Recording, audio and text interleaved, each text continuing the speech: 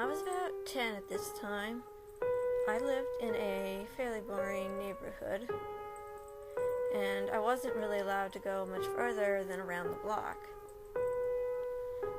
That being said, I did as much as I could in the limited space I was given. That is until one day, I was walking around the block, just minding my own business, when there was a car that pulled up behind me. It was kind of a sandy color, and I didn't really pay much attention. As I was walking, I heard a rather loud, "Get her!" and instantly I panicked.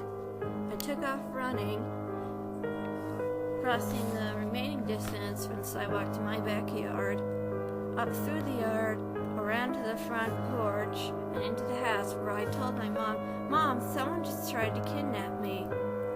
Of course, she started asking me questions right away, wanting to know what the people looked like, what color the car was, and stuff like that.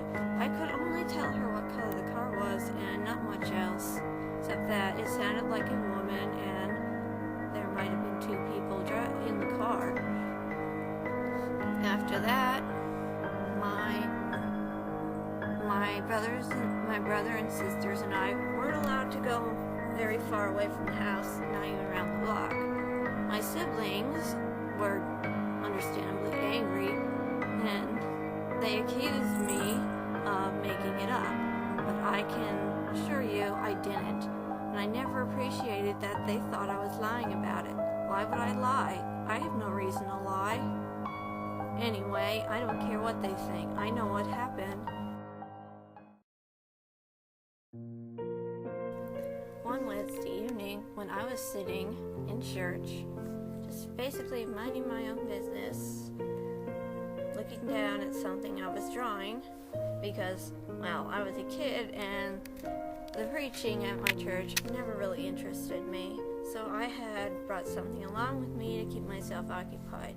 Anyway, I looked up and I saw, sitting at the piano, a figure in a brown outfit.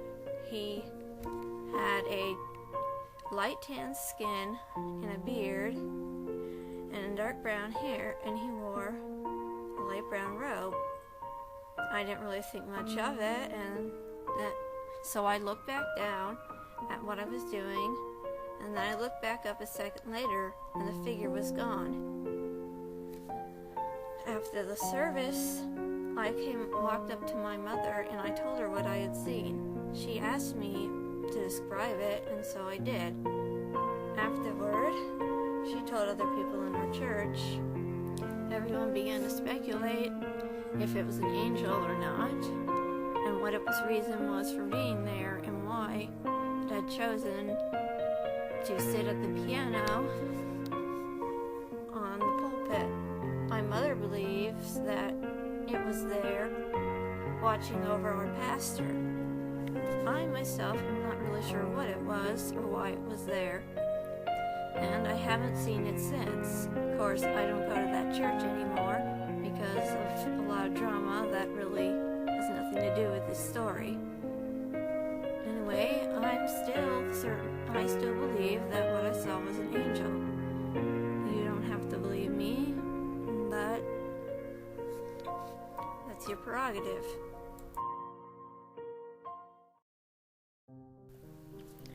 This happened on a basically normal Sunday afternoon.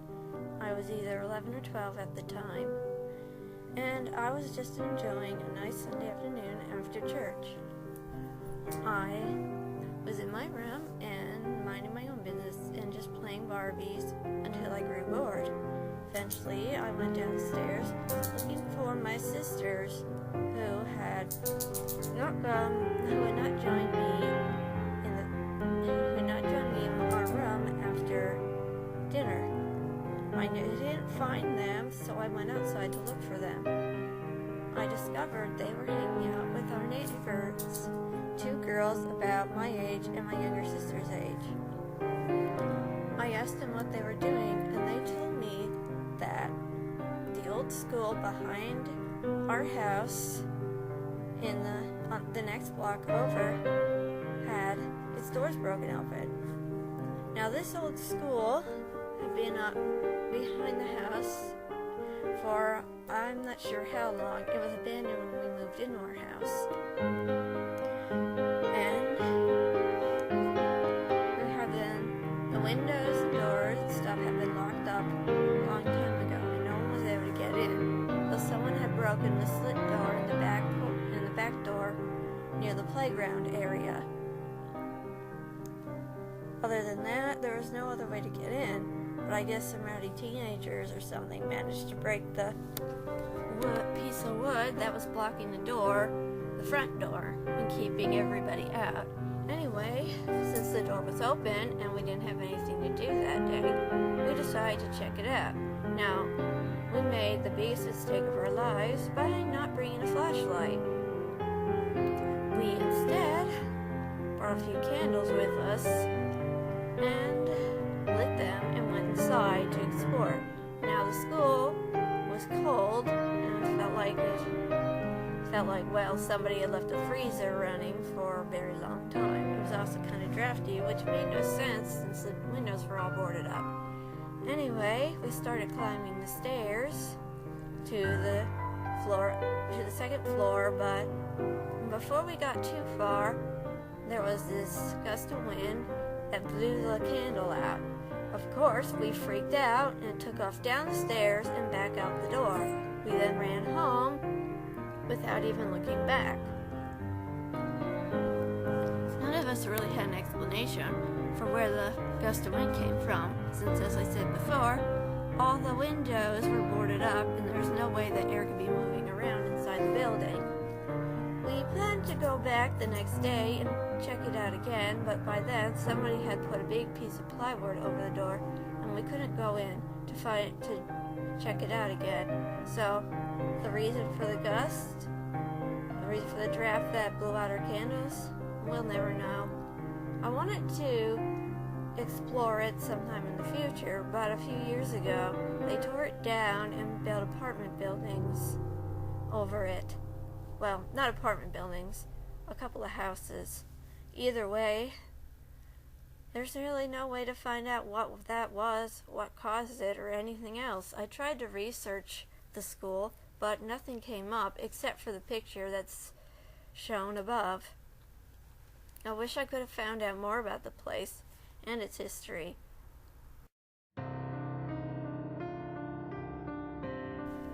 This happened to my mother when she was a kid and still lived at home. Her and her brothers were home alone. Both her parents were at work, and they were basically doing whatever it was kids did in the 1960s. So they were busy, just goofing around, when suddenly they heard a knocking on the door. They didn't know who it was, so they went to the window and peeked out to see if they could recognize who had come by the door. It was a man in a trench coat, but they couldn't see his face, and they didn't recognize him either. So they didn't open the door. Not too long after he started knocking, he stopped knocking and grabbed the doorknob, trying to get inside. Luckily, the door was locked, but the kids, freaking out, my mother and my uncles, they called the police. But by the time the police arrived, the person was gone, and they didn't catch him. Later on, her parents came home, and they told my grandparents what had happened. Well, obviously, they weren't very happy about that either. But there was really nothing they could do about it by that time. Either way, they never found out who it was, and whoever it was never caught.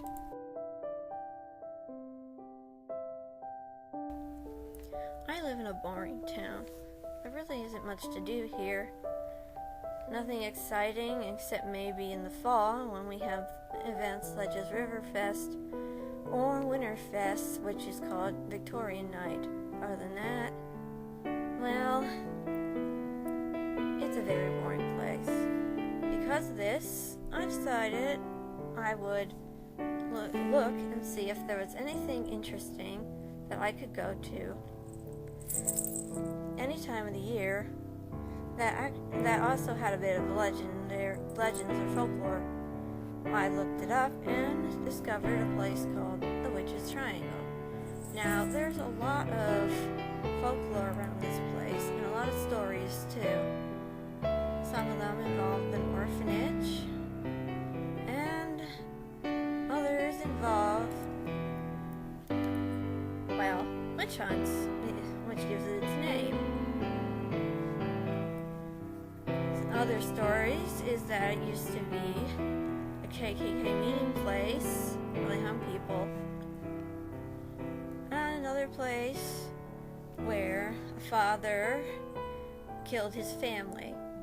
Of course, all this story made me curious, and I decided I'm gonna check out the place. Looking it up on the map, with help of the website the story was written on, I discovered that the place wasn't too far from my home.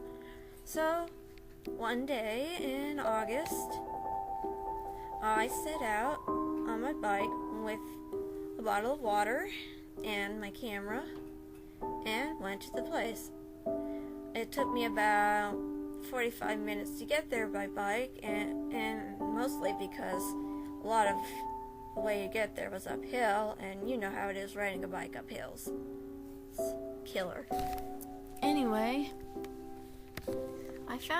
I didn't exactly find the farmhouse that was supposed to be there. I found an area where a little bit of trees were missing, and the ground was stomped down due to, I guess, people visiting. So, camera in hand, I turned the camera on and I headed through the forest. Check and see if I could find anything. The area was rather quiet and a bit creepy, and it didn't take me long to feel uneasy. I didn't see anything, but I felt as if something were there and it were watching me. The further into the trees I went, the worse I felt, and I couldn't take it anymore. I turned around and ran back without looking back. Got on my bike and headed home. About a year later, in the fall this time, I rode my bike back, checking a different part of the location where the farmhouse was said to have been. Of course, by now, the farmhouse had been bulldozed, and most of the area was basically just nothing. Where the farmhouse was a pile of wood and a trail, which I walked through, but nothing happened. I didn't even feel creepy at that time, although I did find a dead animal, which, yeah, take of that what you will. Anyway, after I walked for a few minutes, I figured I didn't want to get caught by the police or by the farmer who owned the property. I turned around and I headed home. I haven't been back there since. This happened last year on Halloween. I grew up with a pretty religious family. My mother did not let us celebrate Halloween or even go trick-or-treating. So it wasn't until I was like 17, 18, when I decided to go out with my friend. I had a really great time and I got a lot of candy. Fast forward a few years later and I'm 28 and I decide I'm gonna go trick-or-treating. Of course, being 28, I am already too old for it, but since I am small for my age and look like I'm a 14-year-old girl, I figured I could pull it off. So, grabbing a bed sheet and borrowing some of my sister's makeup, I went out with a pillowcase to collect my candy. The night was basically uneventful. I would stop at house to house without an incident, and of course they did think I was a little kid, or at least a 14-year-old kid, and I got a pretty good amount of candy. Satisfied with having hoodwinked my neighbors, I started heading home. Crossing the street about 2 blocks from my house, I headed down a patch of road that split one of the blocks right in half, and as I did, I glanced over my shoulder and noticed that a dark figure was following me. Thinking that maybe it was just another trick-or-treater, I started walking down the alley, not paying much mind. But then I began to notice that whoever it was still following me. Freaking out instantly, I took off down the rest of the road and didn't look back until I was quite a distance away. When I did, I noticed they were still following me, and not wanting to hang around and see what this person was up to or what they might do to me, I took off running, and I didn't stop running until I was back home and I had locked my doors and was safely inside. That being said, I don't think I'm ever going to do that again. I'm too old now, and, well, I can always buy candy at the store.